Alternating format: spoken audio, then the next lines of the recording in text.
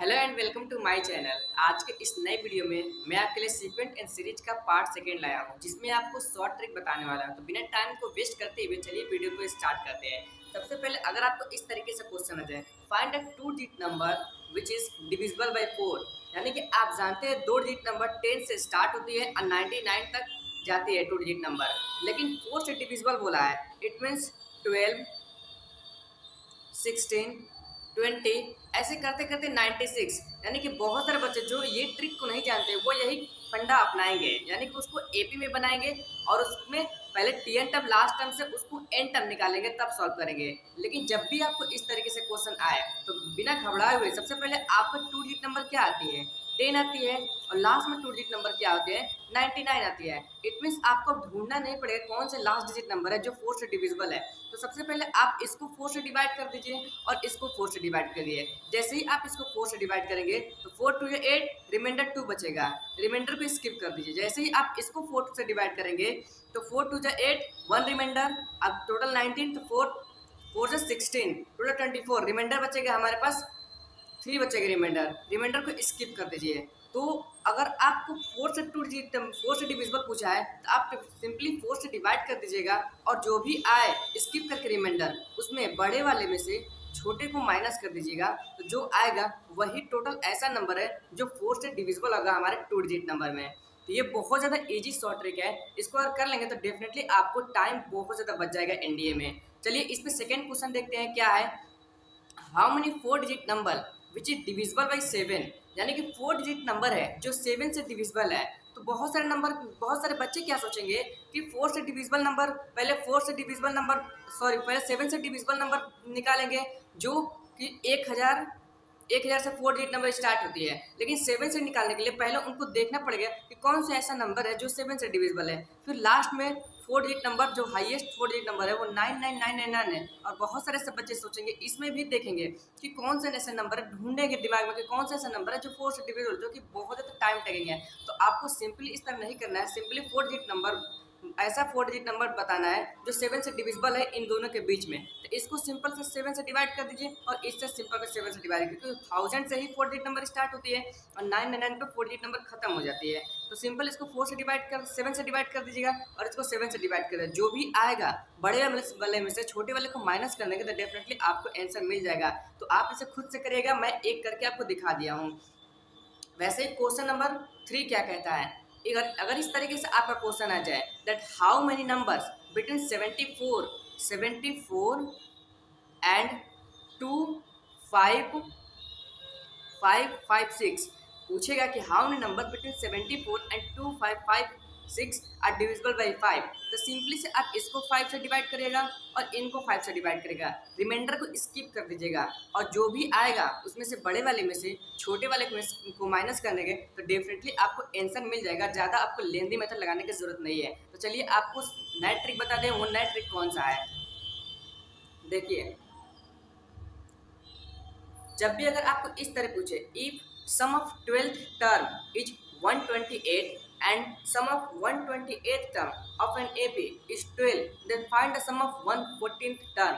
It means क्या दिया है कि ये 12 टर्म का सम दिया है 128 एंड 128 टर्म का सम दिया है 12, और हमसे क्या पूछ रहा है 140 टर्म। अगर आप देखेंगे ये सिंपल क्या लग रहा है, 128 और 12 140 होती है। इट मीन्स इस पे भी एक पहले आपको शॉर्ट ट्रिक बताता हूँ। जब भी आपको दिया रहे इस तरीके से, जब भी आपको दिया रहे, जब भी आपको एस एम एन दिया रहे एंड एस एन एम दिया रहे और पूछे आपका सम ऑफ m प्लस n क्या होगा, तो सिंपली आप माइनस का m प्लस n कर देंगे तो वह आपकी दोनों का सम निकल जाएगा। तो वैसे ही सेम ये क्वेश्चन है, 12th टर्म दिया है हमें 128 सम और 128 टर्म का सम दिया है हमें 12 और 140 टर्म पूछ रहा है। तो कहीं ना कहीं आप देखेंगे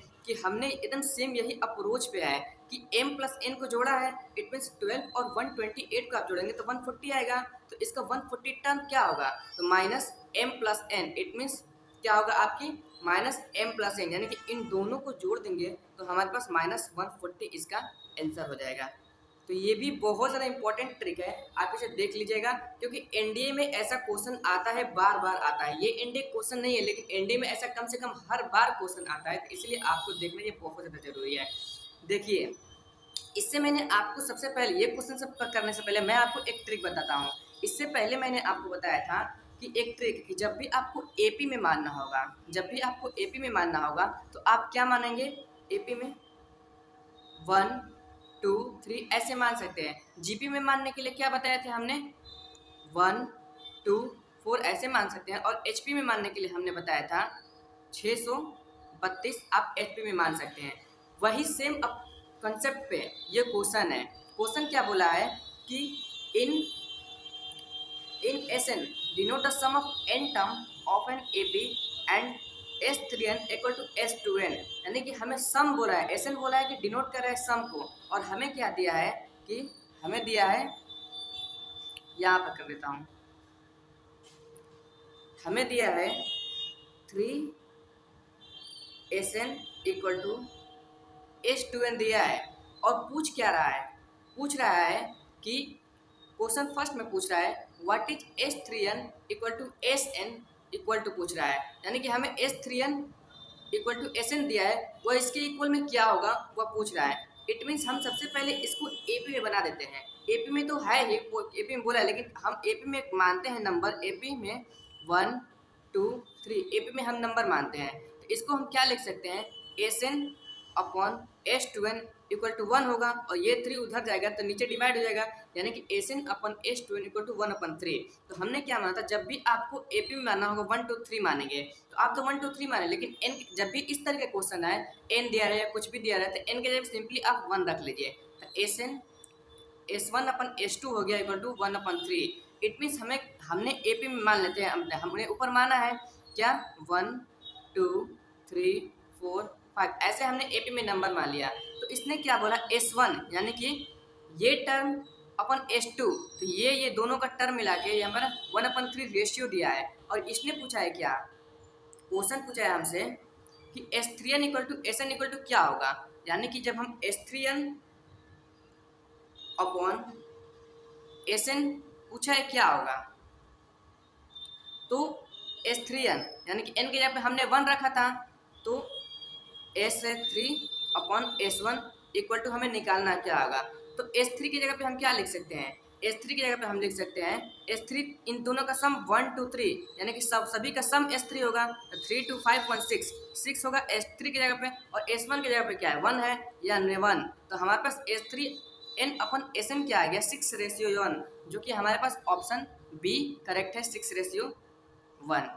अब दूसरा क्वेश्चन पूछा इसी पे कि what is S3n equal to S2n equal to क्या होगा। इट मीन्स हम इसको लिख सकते हैं S3n upon S2n equal to 1 लिख सकते हैं इसको हम। तो इसको कैसे करें? हमने n के पे 1 माना था, तो जब n के पे 1 माना था तो S3 upon S2 equal to 1 लिख सकते हैं। तो S3 अपॉन S3 की जगह पे हम क्या लिख सकते हैं? जब हमने AP माना है तो 1 2 3 AP माना है S3, यानी कि ये तीनों का सम, तो S3 3 2 5 3 2 5 एंड 1 6, यानी कि 6 अपन S2 क्या होगा? इन दोनों का सम, दो टर्म का सम 2 1 3, तो 3 नीचे आ गया हमारे पास। तो टोटल हमारे पास S3 अपन S2 क्या आ गया?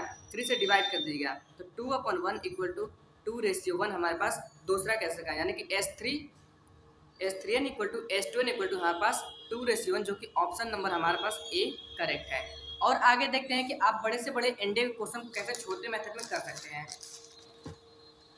देखिए, क्वेश्चन नंबर ए दिया है 6 के पावर n प्लस 1 प्लस 10 के पावर n प्लस 1 अपन 6 के पावर n प्लस 10 के पावर n इक्वल टू 8, और पूछे हमारे पास n की वैल्यू क्या होगी। यही नहीं, यहाँ भी देखिए इसी टाइप का क्वेश्चन है, और यहाँ भी देखिए इसी टाइप का क्वेश्चन है। तो जब भी आपको इस तरीके के क्वेश्चन दे दे और पूछे n की वैल्यू, तो आप क्या करेंगे? देखिए, ये फॉर्मेट में है a के power n plus 1 plus b के power n plus 1 upon a के पावर n प्लस बी के पावर एन इक्वल टू क्या दिया 8, यानी कि इक्वल टू कोई कांस्टेंट दिया है। जब भी आपको इस तरीके से क्वेश्चन बोले दिया हो और एन पूछे तो आप सबसे पहले देखेंगे कि क्या ये किस में है, एपी में है या जीपी में है या एचपी में है। तो हम एपी में देखने के लिए क्या करते हैं, जैसे कि अर्थमेटिक मीन जो होती है वो क्या होती है, ए प्लस बी बाई टू होती है। तो एपी में देखने के लिए हम यही चेक करेंगे, यानी कि इसको जोड़ेंगे, 2 से डिवाइड करेंगे, अगर कांस्टेंट के बराबर आ जाए तो समझ लीजिए यह अर्थमेटिक मीन में है। तो सिंपली अगर अर्थमेटिक मीन में हो जाएगा ना तो हमारे पास n इक्वल टू क्या हो जाएगा, 0 हो जाएगा। तो हम इसका 3 टर्म में तोड़ेंगे। सबसे पहले हम एपी में तोड़ दिए, तो जब भी एपी में हो जाएगा ना तो हमारे पास n इक्वल टू 0 हो जाएगा। लेकिन जैसे ही ये जीपी में होगा, अगर हम जीपी में चेक करेंगे तो जीपी में चेक करने के क्या करते हैं हम, ज्योमेट्रिक मीन होती है रूट ए बी। तो अगर ए और बी का रूट में ए बी करेंगे और हमारे पास लेमडा यानी कि इस कांस्टेंट के बराबर आ जाता है, तो हमारे पास सिंपली एन की वैल्यू होती है -1/2। लेकिन अगर हार्मोनिक प्रोग्रेशन में हो जाए, एचपी में हो जाए, तो एचपी में क्या करते हैं, एचपी में हार्मोनिक मीन क्या होती है, हार्मोनिक मीन होती है 2ab upon a plus B. तो जैसे ही हम ये करेंगे 2ab upon a plus B और हमारे पास कांस्टेंट के बराबर आ जाए तो हम समझेंगे हार्मोनिक मीन में है। और जब हार्मोनिक मीन में रहती है ना तो n इक्वल टू सिंपली -1 होती है। तो इसी अप्रोच को हम सेम यहाँ लगाएंगे क्वेश्चन नंबर फर्स्ट में। देखिए क्वेश्चन नंबर फर्स्ट कहता है 6 के पावर n प्लस 1 प्लस 10 के पावर n प्लस 1 अपन 6 के पावर n प्लस 10 के power n equal to 8 n की वैल्यू पूछता है। तो हम क्या करते हैं, a प्लस बी अपन पहले अर्थमेटिक मीन में देखते हैं, a प्लस बी अपन 2 देखें क्या कांस्टेंट के बराबर आ रहा है। जब हम जैसे ही इसको जोड़ रहे हैं ना 10 प्लस 6 इक्वल टू हो रहा है हमारे पास 16 अपन 2 कर रहे हैं तो इक्वल टू 8, यानी कि हमारे पास ये आ गया कांस्टेंट के बराबर। तो सिंपली जब भी कांस्टेंट के बराबर आ जाए तो ये एपी में है, तो एपी में है तो n इक्वल टू 0 इसका सिंपली हो गया। ना हो तो n की वैल्यू यहाँ पर डाल के देख लीजिए, इसके बराबर आना चाहिए, n इक्वल टू 0 हमारे पास सिंपली आ गया। तो ये हम बस एपी में था। दूसरा क्वेश्चन देखते हैं। दूसरा क्वेश्चन है 4 की पावर n प्लस 1 प्लस 9 के पावर n प्लस 1 अपन 4 की पावर n प्लस 9 के पावर n इक्वल टू 72 अपन 13। देखिए जीपी में तो ये कभी हो ही नहीं सकता, क्यों, अगर हम इन दोनों को जीपी में करें रूट में 4 इंटू 9 36 इक्वल टू 6 बाहर आएगा, जो कि नहीं होगा। यानी कि एचपी में होगा। कैसे हम पता किए कि एचपी में होगा, देखिए एचपी में क्या फॉर्मूला है 2ab upon a plus B, जो कि हार्मोनिक मीन का फॉर्मूला है। तो नीचे देखिए a प्लस बी जैसे ही हम जोड़ें 13 आ जाए, इसका मतलब हम दिमाग लगा दें कि एचपी में है।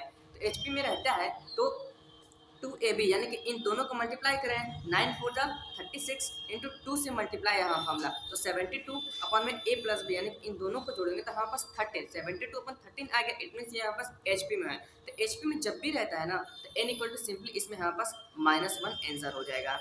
देखिए एक और क्वेश्चन इसी पे, देखिए 9 के पावर n प्लस 1 प्लस 4 के पावर n प्लस 1 अपन 9 के पावर n प्लस 4 के पावर n इक्वल टू 6 है।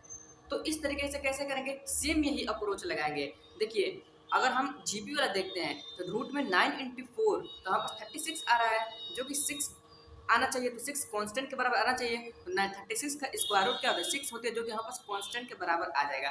यानी कि ये जीपी में है, तो जीपी में है तो डायरेक्ट इसका अप्रोच हम क्या लगाएंगे, n इक्वल टू -1/2। तो मैं बता रहा था कि ये जो मैं आपको फॉर्मेट बताया था, ये जो फॉर्मेट बताया था ये बहुत ज़्यादा इंपॉर्टेंट है। यहाँ थोड़ी सी इधर उधर हो गया है। देखिए मैं आपको नीचे इसको साफ से लिख के दिखाता रहा हूँ। जब भी आपको इस फॉर्मेट में क्वेश्चन है a की power n plus 1 plus b की power n plus 1 upon a की पावर n प्लस बी की पावर n इक्वल टू कोई भी कांस्टेंट दिया रहा है, तो इसको हम पहले AP में चेक करेंगे। तो AP में चेक करने के लिए हमें चेक करना होगा a प्लस बी बाई 2, तो हमारे पास ये कांस्टेंट के बराबर आना चाहिए। दूसरा इसको हम GP में चेक करेंगे। तो जीपी में चेक करने के लिए हमें क्या करना है, रूट में ए बी, तो इस कांस्टेंट के बराबर आना चाहिए। तीसरा इसको हम हार्मोनिक प्रोग्रेशन में एचपी में चेक करेंगे। तो हार्मोनिक मीन का फॉर्मूला होता है 2ab upon a plus B, तो इसके कांस्टेंट के बराबर आ जाए। जैसे ही ये एपी में चेक करते हैं, अगर एपी में आ जाता है तो n इक्वल टू सिंपल से यहाँ पर 0 होना चाहिए। लेकिन अगर जीपी में आ जाता है तो n इक्वल टू -1/2 होना चाहिए। और अगर हार्मोनिक प्रोग्रेशन यानी कि एचपी में हो जाता है तो सिंपली हमारे पास n इक्वल टू -1 होना चाहिए। ये आपकी बहुत ज़्यादा इंपॉर्टेंट ट्रिक है, इसको ध्यान में रखिएगा। तो चलिए वीडियो यहीं एंड करते हैं और आगे मैं नेक्स्ट वीडियो में आपको और भी शॉर्ट ट्रिक लेकर आऊँगा। और अगर आपको मेरा एफर्ट पसंद आया था प्लीज़ चैनल को सब्सक्राइब करके बेल आइकन को प्रेस कर दिया। तो मिलते हैं आपसे नेक्स्ट वीडियो में, तब तक thank you so much for your love and support.